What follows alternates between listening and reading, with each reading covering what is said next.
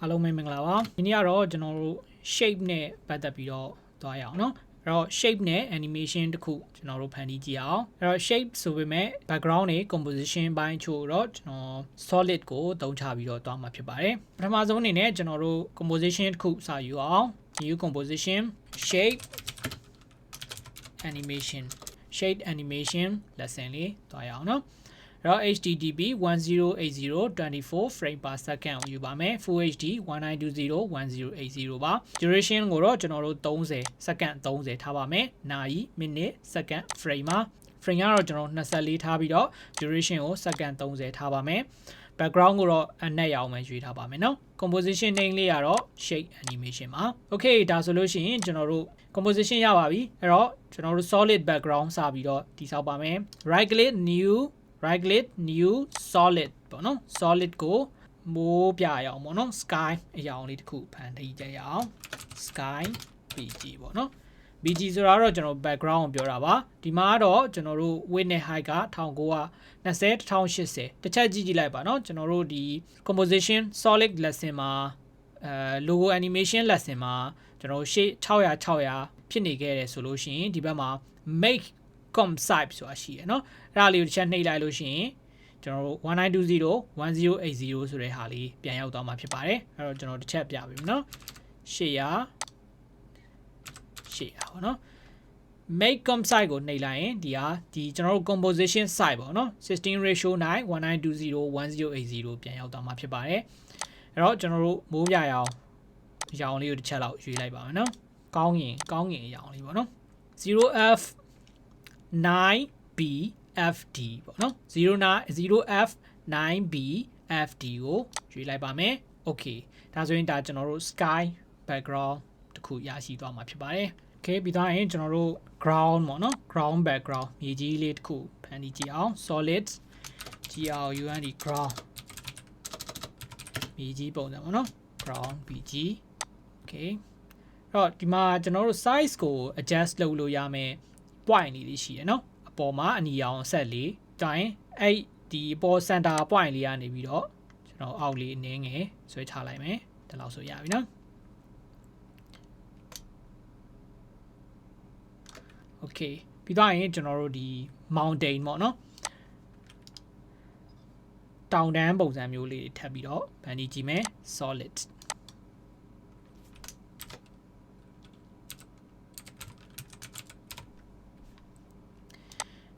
တော့ကျွန်တော်တို့အစိမ်းပေါ့နော်အစိမ်းကိုကျွန်တော်တို့နှစ်ရောင်အသုံးပြုမယ်အရောင်အရင်ရယ်အရောင်အဖြော့ရယ်ပေါ့mountain ဒါ number 1လို့ပေးလိုက်မယ်နော် mountain 1လို့ပေးလိုက်မယ် okay ပြီးတော့ရင်ကျွန်တော်တို့ဒီ max ပေါ့နော်ကျွန်တော်တို့ mountain ကိုကြတော့ကျွန်တော် shape ကိုပဲသုံးလိုက်ရအောင်နော် mountain ကိုကြတော့ကျွန်တော် shape ပဲသုံးလိုက်မယ်အဲ့တော့ shape မှာကျွန်တော်တို့ pen tool ကိုသုံးမယ်နော် pen tool မှာpen tool ကတော့ကျွန်တော်တို့ Photoshop တို့ Illustrator တို့မှာကတော့ကျွန်တော် shortcut က P ပေါ့နော် Photoshop Illustrator အသုံးပြုတဲ့လူတွေကတော့ pen tool အကြောင်းကိုကောင်းကောင်းသိမှာဖြစ်ပါတယ်အဲ့တော့အခုကတော့ကျွန်တော်တို့ဒီမှာက G ပေါ့နော် shortcut က G ပါအဲ့တော့ဒီမှာ face ရှိမယ် stroke ရှိမယ်ပေါ့နော်ဒီမှာကျွန်တော်တို့ stroke ကိုဖြုတ်ထားတယ် stroke ဖြုတ်မယ်ဆိုလို့ရှိရင် stroke မှာဒီမှာကျွန်တော် none ပေါ့နော်ဒီ cross လောက်ထားတဲ့နေရာလေးကို click နှိပ်လိုက်လို့ရှိရင် stroke က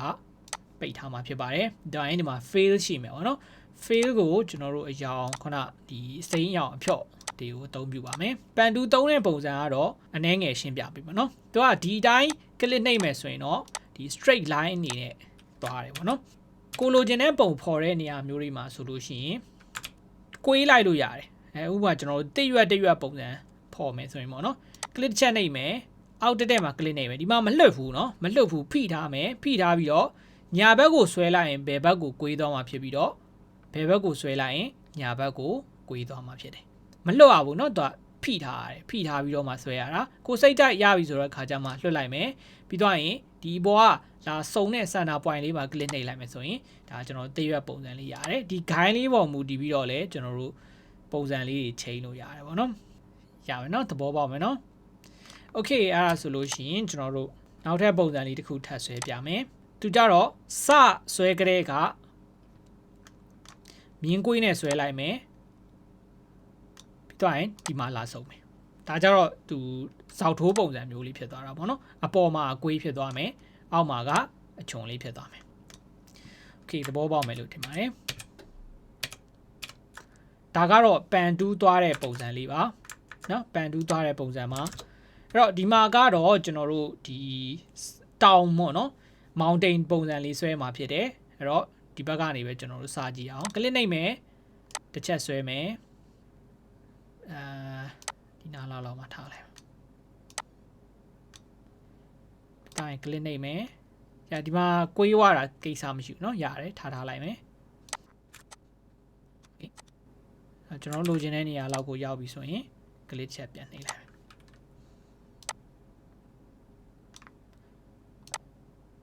ဒါလေးတွေကကျွန်တော် adjust လုပ်လို့ရတယ်နော်လိုချင်တဲ့ပုံစံလေးရဒါနည်းနည်းမြင့်သွားတယ်နည်းနည်းလေးပြန်နှိပ်လိုက်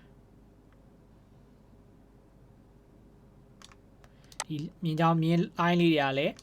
ဂိုင်းလေးတွေပေါ့နော်ဒီပန်ဂိုင်းလေးတွေကလည်းကွေးတာခြုံတာလုပ်လို့ရတယ်ဒီ point ပေါ်ကနေပြီးတော့လည်းကျွန်တော်လိုချင်တဲ့နေရာကို adjust လုပ်ပြီးရွှေ့လို့ရတယ်နော်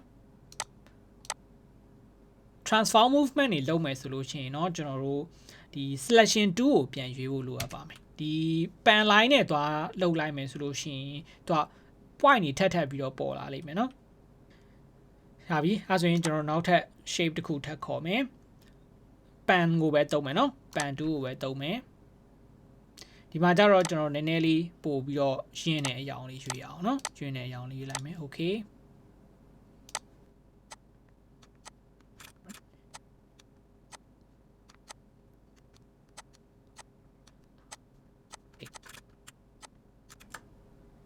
အဲ့ဒီဟာလေးကိုထပ်ပြီးတော့ adjust ထပ်လုပ်ချင်တယ်ဆိုရင်ကျွန်တော် alt key လေးကိုနှိပ်လိုက်ရအောင်เนาะ alt key လေးကိုနှိပ်လိုက်လို့ရှိရင်တော့ဒီမှာမြားကိုင်းလေးထပ်ထွက်လာမယ်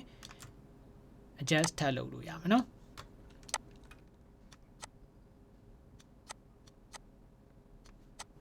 okay ဒါဆိုရင်ကျွန်တော်လိုချင်တဲ့ background လေးရပြီဒါလေးကတော့เนาะကိုလိုအပ်တယ်လို့စိတ်ကြိုက် adjust လုပ်လို့ရပါတယ်okay ပြီးသွားပြီဆိုလို့ရှိရင်ကျွန်တော်တို့ဒီမှာကျွန်တော်တို့ mountain ပေါ့နော် mountain ဆိုပြီးတော့ကျွန်တော်နာမည်လေးပေးထားလိုက်မယ် rename ပို့တယ်နော်အဲ့တော့ rename mountain 1ဒီမှာကျွန်တော်နာမည်ပေးမယ် mountain 2ဟုတ်ပြီအဲဆိုရင်ကျွန်တော်တို့အပေါ်မှာတိမ်လေးတွေထပ်ဆွဲရအောင်နော်အဲ့တော့တိမ်ဆွဲဖို့အတွက်ကကြတော့ fill ကိုကျွန်တော်တို့အဖြူရောင်လေးမီကိုနည်းနည်းဖြစ်တဲ့အရောင်လေးပေါ့နော် D5 နော် D5 ကိုရွေးလိုက်မယ်ပြီးတော့ရင်ကျွန်တော်တို့တိမ်ပုံစံလေးဆွဲရအောင်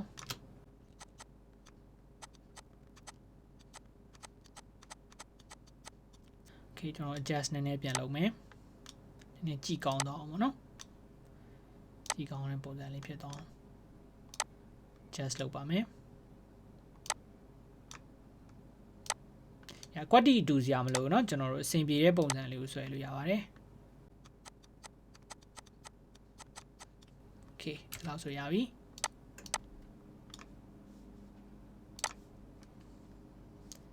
သူ opacity လေး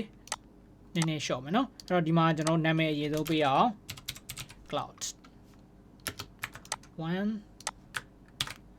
copy ပွားမယ်ဆိုလို့ရှိရင်ကျွန်တော်တို့ control D နဲ့ copy ပွားလို့ရတယ်เนาะကျွန်တော်ဒီတိမ်ကို copy ထပ်ပွားလိုက်မယ်ဒီမှာ selection နှိပ်မယ် control ရဲ့ D ရဲ့နှိပ်လိုက်လို့ရှိရင်တိမ်ကနောက်ထပ်တစ်ခုထပ်ပွားလိုက်လို့ရတယ်အဲ့တော့ကျွန်တော် size လေးကိုနည်းနည်းထည့်မယ်เนาะအဲ့တော့ pan 2ကိုသုံးပြီးတော့လဲကျွန်တော်တို့သူ့ရဲ့ shape လေးတွေပေါ့เนาะကျွန်တော်ပုံစံနည်းနည်းလေးပြန်ပြင်လိုက်လို့ရတယ်โอเคအဲ့ဆိုရင်ကျွန်တော်နှစ်ခုရမယ်ဒီဟာတော့ကျွန်တော် scale နည်းနည်းလေးကျင်လိုက်မယ်နော် scale လေးနည်းနည်းသေးလိုက်မယ်အဲ့တော့နောက်ထပ်တစ်ခုထပ်ပြီးတော့ထပ်ယူမယ် okay ဒါဆိုရင်ကျွန်တော်တို့လိုချင်တဲ့ background လေးရပါပြီအဲ့တော့ဒီ background ကိုကျွန်တော်တို့ composition တစ်ခုအနေနဲ့ကျွန်တော်တင်ထားပါမယ် right click break compose bg လို့ပဲနာမည်ပေးမယ်နော် okay ဒါဆိုရင်ဒါကျွန်တော်တို့ composition တစ်ခုအနေနဲ့ရသွားမှာပါ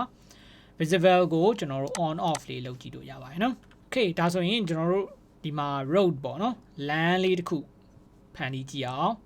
အဲ့တော့ဒီတစ်ခေါက်ကတော့ pan မသုံးဘူးကျွန်တော် rectangle ပေါ့နော် rectangle 2ကိုကျွန်တော်သုံးပါမယ်โอเคဖြူရောင်ဖြစ်နေတယ်ကျွန်တော်တို့အရောင်လေးနဲ့ပြောင်းမယ်နက်ပြာရောင်လေးပြောင်းရအောင်เนาะနက်ပြာရောင်လေးပြောင်းပါမယ်နက်ပြာရောင်မှာမီကိုဘတ်နည်းနည်းကူးတဲ့အရောင်လေးပေါ့เนาะ162431ကိုကျွန်တော်ပြောင်းလိုက်ပါမယ်โอเคအဲ့တော့ပြီးသွားရင်ကျွန်တော်နောက်ထပ်တစ်ခုထည့်မယ်အဲ့တော့ဒီ layer လေးကိုကျွန်တော်နာမည်ပြောင်းအောင်เนาะ ROAD road လို့နာမည်ပြောင်းရအောင် pan ကိုပဲသုံးမယ် pan နဲ့ click ချမ်းနေလိုက်မယ်เนาะ point နေလိုက်မယ်အဲ့တော့မြင်းချောင်းဖြောင်းကျင်တယ်ဆိုလို့ရှိရင်လေကျွန်တော်တို့ shift key နဲ့တစ်ချက်နှိပ်လိုက်လို့ရှိရင်မြင်းချောင်းကဖြောင်းပြီးတော့တန်းသွားလိမ့်မယ်နောက်မှဆိုလို့ရှိရင်အပေါ်အောက်ပုံစံမတူပဲဖြစ်နေလိမ့်မယ်အဲ့တော့ကျွန်တော်တို့ shape ကိုတစ်ချက်သွားမယ်ကျွန်တော်ဒီ pan tool နဲ့ပဲသုံးလိုက်တာเนาะအဲ့တော့ pan tool ရဲ့ fill ကိုကျွန်တော်အဖြူတစ်ချက်ပြောင်းမယ်ပြီးတော့ရင် stroke ကိုလည်းအဖြူတစ်ချက်ပြောင်းမယ်เนาะအဲ့တော့ကျွန်တော် line ရဲ့ dash လေးကိုကြည့်ကြည့်အောင်အဲ့ stroke size ကိုကျွန်တော်တို့5ထားလိုက်မယ် stroke size က5เนาะ shape เนาะကျွန်တော် rectangle သုံးလို့မရဘူးဒီ pan ကိုပဲသုံးပါမယ် pan ရဲ့မြင်းချောင်းပေါ့เนาะ okay အဲ့ဒီမှာကျွန်တော်တို့ဒီ stroke line ကို down လို့တစ်ချက်ဆင်းလိုက်မယ်အဲ့ဒီမှာကျွန်တော်တို့ DASHES dash ဆိုတာလေးတွေ့မယ်เนาะအဲ့တော့ dash ကို click တစ်ချက်နှိပ်လိုက်မယ်ဒါဆိုရင်ဒါ dash ရဲ့ size ပေါ့เนาะ dash ရဲ့ size ပေါ်လာမယ်ကျွန်တော်တို့ dash ရဲ့ size လေးကိုနည်းနည်းလေးတင်မယ်ကျွန်တော်တို့90ထားရအောင်เนาะdash size လေးကို90ထားရအောင်ရမယ်เนาะဒါဆိုရင်ဒါကျွန်တော်တို့ lamp ပေါ့เนาะ lamp shape တွေရသွားပြီ okay အဲ့ဆိုရင်ကျွန်တော်တို့နောက်ထပ် composition တစ်ခုပေါ့เนาะတွားမယ်အဲကျွန်တော်တို့ bass ပေါ့ bass composition လေးတွားရအောင်ဒီမှာဆွဲကျင်လဲရတယ်ဒါမှမဟုတ် composition အသစ်ခေါ်ပြီးတော့ဆွဲလဲရတယ် background တော့ပါလို့မရဘူးเนาะအဲ့တော့ကျွန်တော်တို့ဒီမှာပဲဆွဲလိုက်မယ်ပြီးသွားတဲ့ခါကျမှ bass ကို composition တက်တစ်ခုအနေနဲ့ကျွန်တော်တို့တွားလိုက်မယ်ပေါ့เนาะအဲ့တော့ကျွန်တော်တို့ round rectangle 2ကိုတွားမယ်เนาะ round rectangle 2လေးနဲ့တွားမယ်ဒါလေးတွေခဏပိတ်ချင်ပိတ်ထားလို့ရတယ်ပေါ့เนาะမျက်လုံးခဏပိတ်ထားလိုက်မယ်ဒါမှကျွန်တော်လွတ်လွတ်လပ်လပ်ဆွဲလို့ရမှာ bass side လေးပေါ့เนาะ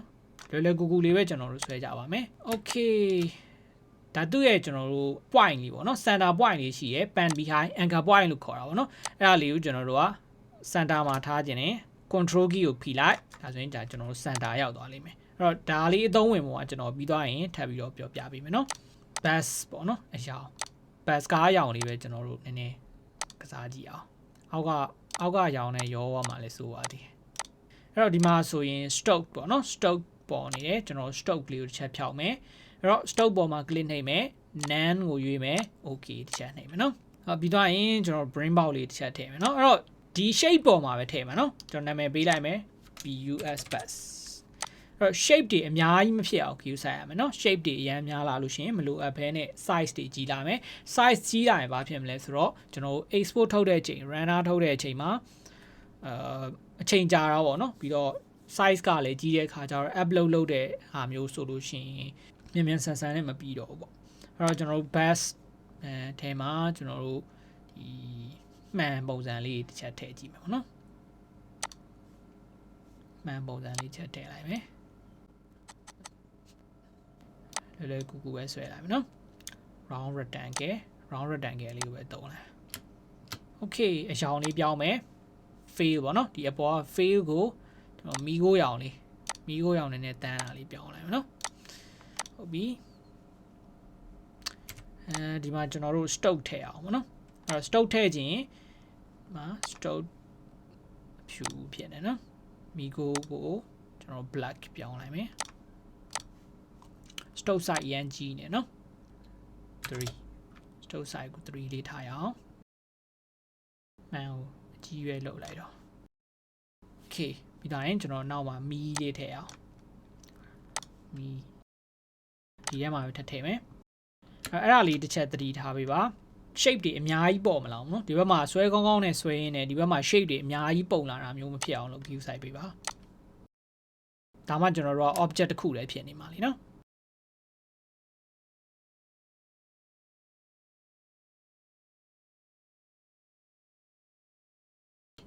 ဟုတ်ဒါလေးကိုတော့ကျွန်တော် stock ဖြောက်ထားလိုက်မယ်เนาะကားမီပုံစံမျိုးလေးဖြစ်နေအောင်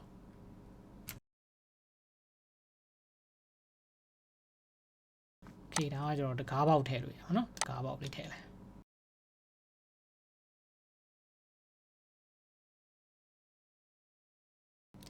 okay ရှေ့မှာကျွန်တော်မီနော်မီတစ်ခုထပ်ထည့်မယ်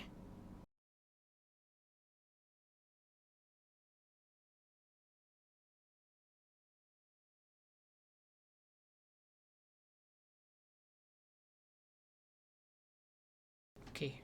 ရပြီနော်ဒီလောက်ဆိုရင်စင်ပြေတော့ပါပြီနည်းနည်းတိုးလိုက်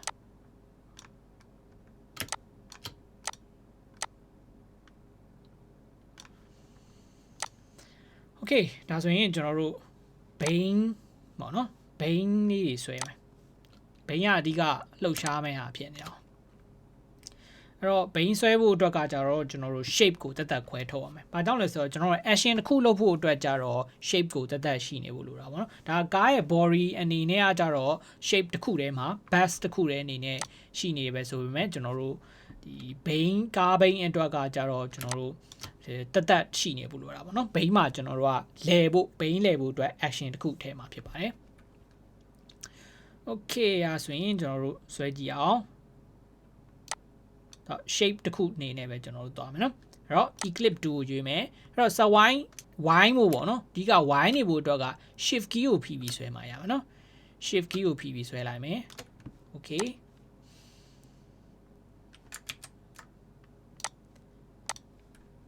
ခေါက်ပြန်ဆွဲမယ်နော် cycle shift key လေးကိုဖိပြီးဆွဲလိုက်မယ်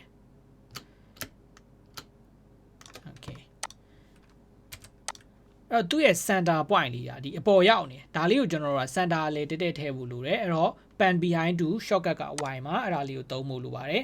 click လေးကိုဆွဲလာပြီးတော့ center နားရောက်ချင်တယ်ဆိုရင်ကျွန်တော်တို့ control key ကိုဖိလိုက်လို့ရှိရင် center ပေါ်ရောက်သွားမှာဖြစ်ပါတယ်ဟုတ်နေရွှေ့လိုက်မယ် okay ဒါကကျွန်တော်တို့ rotation လုပ်ဖို့အတွက်ပေါ့နော် rotation လုပ်ဖို့အတွက်အဓိကကြပါတယ်ဒီအရောင်လေးရွေးရအောင်မီကိုပေါ့နော်အရန် black ကြီးရွေးလိုက်လို့ရှိရင်ကျွန်တော်အရောင်ချိန်ရခက်တယ်အဲ့တော့ကျွန်တော်ဒီ gray ကိုပဲတွားမယ်နော်343433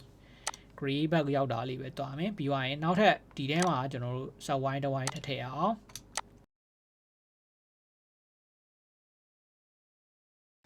okay အဲ့တော့ဒီ set y မှာကအရောင်နည်းနည်းလေးဖြော့တာလေးရွေးလိုက်မယ် okay အဲ့တော့ကျွန်တော်တို့ Bane လဲတဲ့ပုံစံလိုချင်တာဖြစ်တဲ့အတွက်ကျွန်တော်ဒီ rectangle tool လေးကိုထပ်သုံးလိုက်မယ်နော်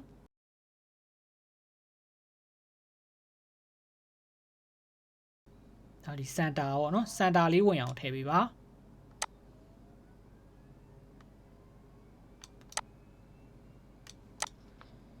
okay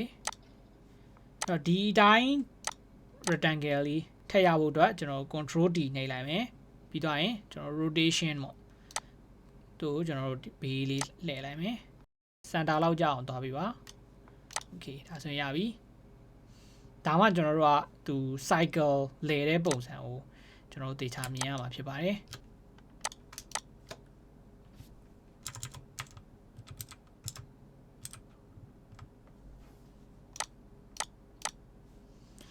okay ဒါဆိုရင်ဒါကျွန်တော်တို့ wheel ပေါ့နော် back wheel front wheel ဆိုပြီးတော့ကျွန်တော်နှစ်ခုပေးထားလိုက်မယ် back here wheel ပြီးတော့ကျွန်တော်ထပ်ပွားမယ် control D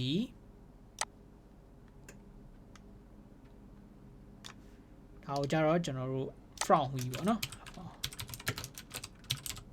နှစ်ခုပေးလိုက်မယ် okay ဟုတ်ပြီအဲ့ဆိုရင်ကျွန်တော်တို့ဒီနှစ်ခုကိုနေရာလေးခြာရအောင် front wheel ကိုရှေ့နေနေတူမယ်တကား side ကတော့နေရာနေနေလွယ်နေပြီ okay ဒါနောက်မှပြန်ပြင်ကြတာပေါ့ okay ဟုတ်ပြီအဲ့တော့ကျွန်တော်တို့ဒီ front wheel နဲ့ back wheel ကို composition တစ်ခုအနေနဲ့ယူရမယ်နော်အဲ့တော့ selection မှတ်မယ် right click pre-compose ရွေးပါမယ် wheel ဆိုပြီးတော့ကျွန်တော်တို့ composition တစ်ခုရွေးလိုက်မယ်ပေါ့နော်အဲ့တော့ပြီးသွားရင်ကျွန်တော်တို့ bass ကို composition တစ်ခုထပ်ရွေးပါမယ် bus bass okay ဟုတ်ပြီအဲ့ဆိုရင်ကျွန်တော်တို့ဒီ bass တဲကို composition ဝင်မယ်ပြီးတော့ဒီ wheel ကိုပေါ့နော်ကျွန်တော်တို့ center point လေးတစ်ချက်ကြည့်ကြည့်အောင်ဒီ Bane ကိုကျွန်တော်တို့ကလဲဖို့အတွက်ပေါ့နော် Bane လဲဖို့အတွက်ကို rotation နဲ့လဲရမယ်အဲ့တော့ back wheel မှာကျွန်တော်အရင်ဆုံး R တစ်ချက်နှိပ်လိုက်မယ်ပြီးတော့ဒီမှာ rotation ဆိုတာတွေ့လိမ့်မယ်နော် rotation ဆိုတာလေးကို alt key ရယ် ကလစ်ရဲ့အတွဲနှိပ်လိုက်ဒီမှာကျွန်တော်တို့ဒီ script ပေါ့နော် script code ထည့်လို့ရတဲ့နေရာလေးပေါ်လာလိမ့်မယ်အဲ့တော့ script code ထည့်လို့နေရာလေးမှာကျွန်တော်တို့က time into ဘယ်လောက် speed နဲ့တွားမလဲပေါ့နော်ဘယ်လောက်နဲ့မြောက်မလဲဆိုရင်ကျွန်တော်က900နဲ့မြောက်လိုက်မယ်နော်အဲ့ဆိုရင်ဒါတော့900နှုန်းနဲ့ rotation လဲသွားတာကိုတွေ့ရလိမ့်မယ်နော်အဲ့တော့တစ်ခေါက်ပြန်ပြပေးမယ်နော်ကျွန်တော်တို့ဒီမှာ back wheel မှာ R ချက်နှိပ်လိုက်မယ်အဲဆိုရင် rotation လေးကြာလာမယ်ဒီအရှိကဒီ animation keyframe ပုံစံလေးနော်ဒီ time keyframe လေးပေါ်မှာ alt key ကိုနှိပ်ပြီးတော့ click ချက်နေနော် alt key နော်ကျွန်တော်တို့ဒီ window key ရဲ့ဘေးမှာရှိတယ်အဲ့တော့ time ကိုကျွန်တော်တို့ဘယ်လောက်နဲ့မြောက်မလဲခုနကကျွန်တော်900နဲ့မြောက်ထားရနော် okay ဒါဆိုရင်900နှုန်းနဲ့ဘိန်းလဲသွားဟုတ်ပြီအဲ့တော့ from wheel ကိုလည်းကျွန်တော်တို့အဲ့ဒီတိုင်းပဲသွားမယ် rotation r ချက်နေမယ် off ချက်နေမယ်ခုနအတိုင်းပဲ time ကိုဘယ်လောက်နဲ့မြောက်မလဲ900နဲ့မြောက်မယ်နော်ဟုတ်ပြီအဲ့ဆိုရင်ကြည့်ကြည့်အောင်ဒါဆိုရင်ဒါတော့ speed 900နှုန်းနဲ့ပေါ့နော်သွားနေတာကိုတွေ့ရလိမ့်မယ် okay အဲ့ဆိုရင်ကျွန်တော်တို့ shape animation ကိုကြည့်ကြည့်အောင်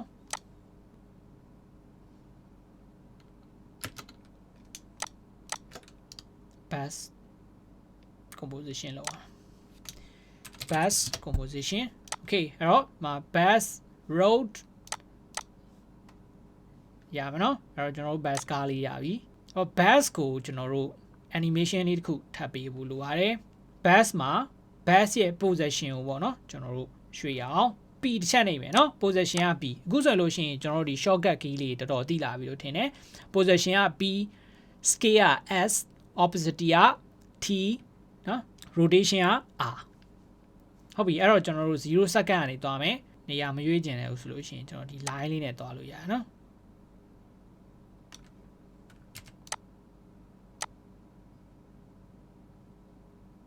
ဟုတ်ပြီ K position ဘယ်လောက် second လဲကျွန်တော်4 second 3 second ပေါ့နော်3 second ရောက်တဲ့အချိန်မှာ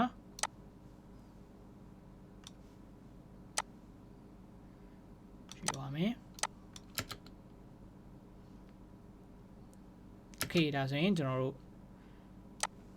ကားသွားတဲ့ animation လေးရပါပြီ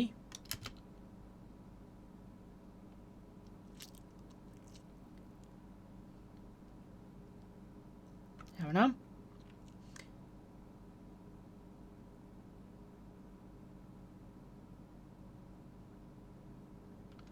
Okay ဟုတ်ပြီအဲ့ဆိုရင်ကျွန်တော်တို့ပေါ်ကဒီတိမ်လေးတွေပေါ့နော် cloud ကိုတစ်ချက်တော့ပြင်ကြည့်အောင်အဲ့တော့ကျွန်တော် cloud ထဲကိုတစ်ချက်ဝင်မယ်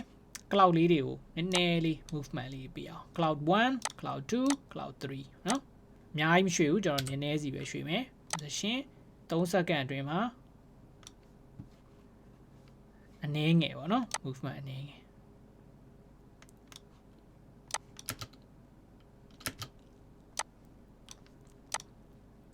နည်းနည်းလေးရွေ့နေရပြီနော် animation ဒီကောင်ကနောက်က foreground ပုံစံမျိုးသွားတာဆိုတော့အများကြီးသွားနေစရာမလို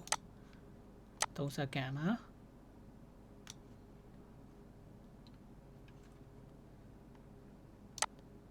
နှစ်စိတ်လောက်ပဲရွှေ့လိုက်နော်ကောင်းလေ position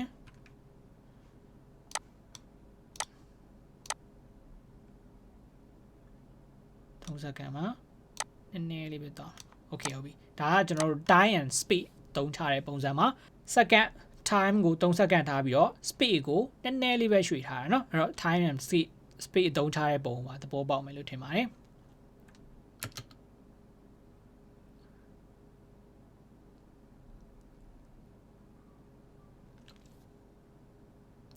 Okay ဒါဆိုလို့ရှိရင်ကျွန်တော်တို့ basis animation ပုံစံလေးသဘောပေါက်မယ်လို့ထင်ပါတယ် shape ကိုအဓိကနားလည်ကျွမ်းကျင်အောင်ဒီ lesson မှာလေ့လာမှာဖြစ်ပါတယ်ပြီးတော့ရင် pan ရဲ့သဘောတရားလေးတွေကိုလည်းပို့ပြီးတော့ practice လုပ်စေချင်ပါတယ်ဒီနေ့ lesson အတွက်ကတော့ကျွန်တော်ဒီနေ့ဒီလောက်နဲ့ပဲရပ်ထားပါမယ်အားလုံးပဲကျေးဇူးတင်ပါတယ်ခင်ဗျ